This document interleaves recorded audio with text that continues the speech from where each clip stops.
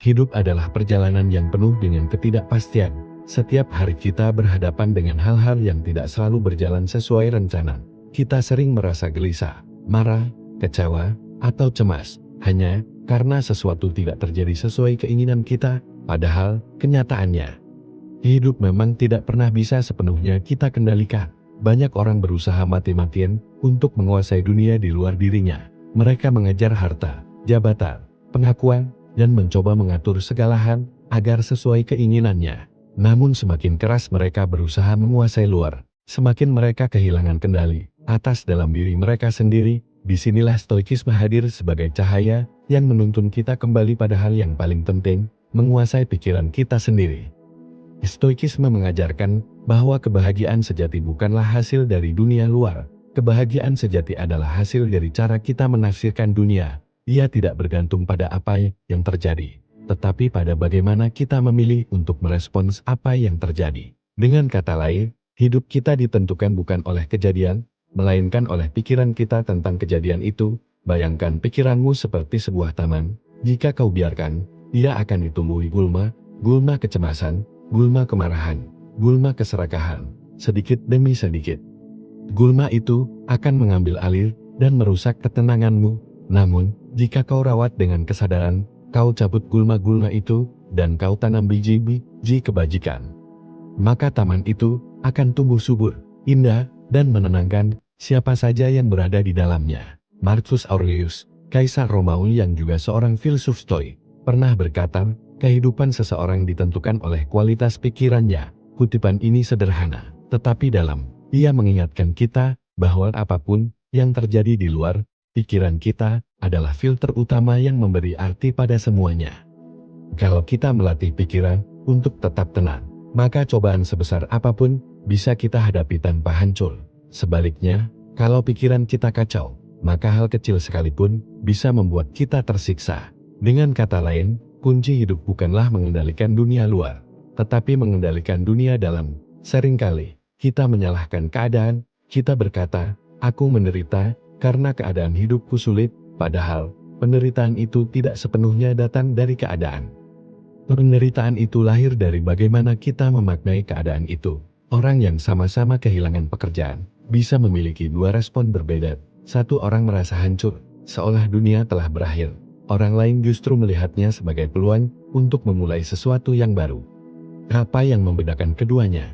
Bukan peristiwanya, tetapi pikiran mereka tentang peristiwa itu. Disinilah stoikisme memberikan kita salah satu pelajaran terpenting, dikotomi kendali. Dikotomi kendali adalah pemisahan antara hal-hal yang berada dalam kendali kita dan hal-hal yang berada di luar kendali kita. Hal-hal dalam kendali kita adalah pikiran, opini, keinginan, dan tindakan kita sendiri, sedangkan hal-hal di luar kendali kita adalah cuaca, nasib, opini orang lain, kesehatan, hingga kematian. Banyak penderitaan muncul karena kita menukar tempat keduanya. Kita habiskan energi untuk mengendalikan hal-hal yang sebenarnya di luar kendali. Kita ingin semua orang menyukai kita, kita ingin semua rencana berjalan mulus, kita ingin dunia sesuai dengan keinginan kita. Namun, kenyataan selalu berbeda, dan disitulah lahir frustrasi. Epictetus, seorang filsuf Stoik, pernah berkata, bukanlah kejadian yang membuat kita menderita, melainkan pendapat kita tentang kejadian itu. Ia ingin mengingatkan bahwa penderitaan muncul ketika kita salah fokus, terlalu melekat pada hal-hal di luar kendali, dan melupakan hal-hal yang bisa kita kendalikan. Dikotomi kendali mengajarkan kita untuk mengalihkan energi, alih-alih mengutuk hujan, karena membuat jalan becek. Kita bisa memilih untuk membawa payung, alih-alih marah pada orang lain yang berkata buruk. Kita bisa memilih untuk tidak membiarkan kata-kata itu menguasai batin kita, alih-alih takut pada masa depan yang belum terjadi. Kita bisa memilih untuk melakukan yang terbaik hari ini. Dengan memahami dikotomi kendali, kita mulai membebaskan diri dari beban yang sia-sia. Kita tidak lagi mencoba menjadi Tuhan bagi dunia luar. Kita hanya menjadi penguasa bagi diri kita sendiri, dan disitulah letak kekuatan sejati manusia. Namun, meski kita tahu teori dikotomi kendali, tantangan terbesar tetaplah emosi kita.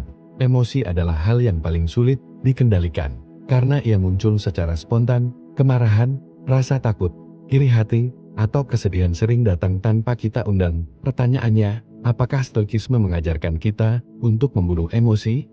Jawabannya, tidak. Stoikisme tidak pernah mengajarkan kita menjadi batu tanpa perasaan. Justru stoikisme mengajarkan kita untuk menerima emosi, memahaminya, lalu mengarahkannya, agar tidak merusak kita. Kita boleh merasa marah, tetapi kita tidak boleh diperbudak oleh kemarahan. Kita boleh merasa sedih, tetapi kita tidak boleh larut hingga kehilangan akal sehat kemarahan. Misalnya, ketika seseorang menyinggung kita, reaksi pertama yang muncul mungkin amarah. Namun, dalam tradisi Stoik, kita diajak berhenti sejenak dan bertanya, apakah hal ini benar-benar penting? Apakah marah akan mengubah sesuatu?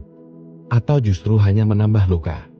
Dengan pertanyaan itu, emosi yang tadinya membakar bisa mereda, karena kita memberi ruang untuk kesadaran masuk sebelum tindakan keluar. Begitu juga dengan ketakutan. Kita sering takut pada hal-hal yang belum terjadi, kegagalan, kehilangan, atau penolakan. Stoikisme mengajarkan teknik prameditasi malorum, yaitu membayangkan kemungkinan buruk sebelum ia benar-benar terjadi. Bukan untuk membuat kita pesimis, melainkan agar kita siap. Jika kita sudah menyiapkan batin menghadapi yang terburuk, maka ketika kenyataan datang, kita tidak akan mudah goyah. Ada juga latihan mengingat kefanaan, yang disebut memento mori. Ingatlah bahwa suatu hari nanti kita akan mati.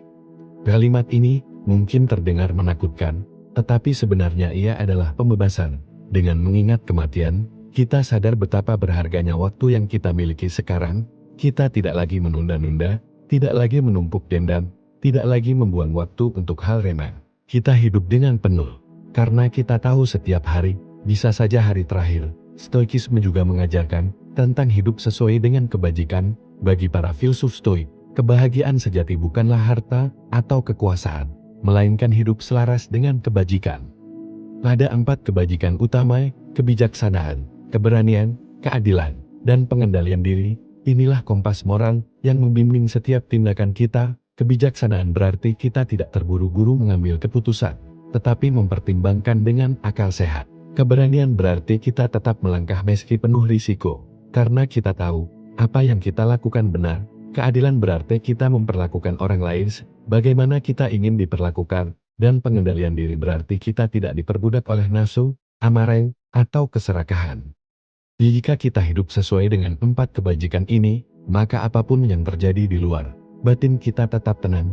Kita bisa kehilangan harta, jabatan, bahkan kesehatan. Tetapi kita tidak pernah kehilangan diri kita yang sejati. Dan itulah yang membuat stoikisme bertahan ribuan tahun. Karena ajarannya sederhana, tetapi kokoh menghadapi ujian zaman. Hidup sebagai seorang stoik bukan berarti hidup tanpa rasa, tetapi hidup dengan kesadaran penuh. Kita memilih apa yang pantas kita pikirkan. Kita lepaskan apa yang bukan milik kita, dan kita terima kehidupan dengan segala suka dukanya tanpa penolakan berlebihan. Kita sadar bahwa hidup ini sementara, dan justru karena itu, kita harus menjalaninya dengan sebaik-baiknya. Jadi, kalau hari ini kamu merasa hidupmu sulit, penuh beban, penuh tekanan, ingatlah, 95% dari semua kesulitan itu sebenarnya lahir dari pikiranmu sendiri. Jika kamu belajar menguasai pikiran, kamu sudah menyelesaikan sebagian besar masalahmu.